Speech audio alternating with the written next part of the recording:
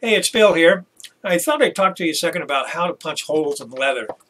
And there's a couple of ways. One is you can use a little punch, but when you're wanting to sew something like this, I don't know if you can see it that well. Now I'm going to zoom in, so you're going to lose my face here, but that's okay. Didn't want to look at my face anyway. What I'm saying here is, see these little prongs? Okay, now I can take these.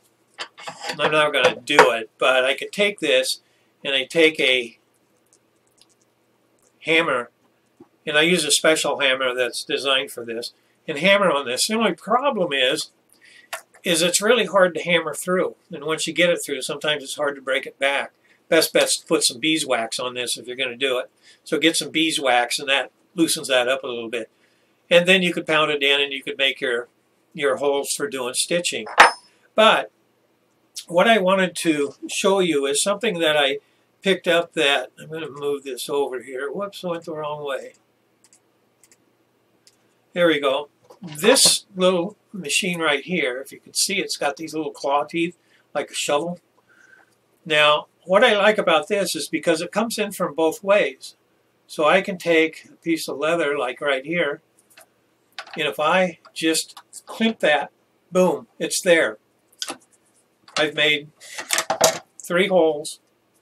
And to continue doing that, I'll just put the last one in the next one.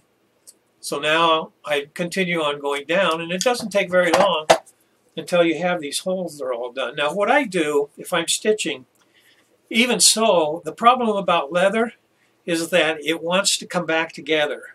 Okay? I'm going to back out now a little bit here. Leather has a tendency to shrink back in.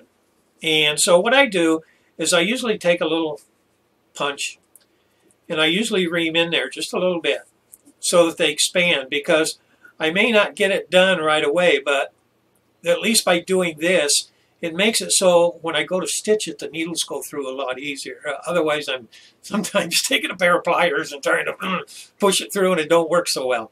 So anyway, just letting you know, these things, once in a while, I know Tandy has them on sale, and I don't know if you can get them someplace else. I think I saw somebody advertise these, and I think Tandy, one time they had them for, I don't know what, I think they were about $37, and they dropped them for $19 or something on sale, so that's how I ended up with them. I love the machine. It's much better than using these punches to punch in. Anyway, just letting you know about that. So that's the best way to punch holes in leather.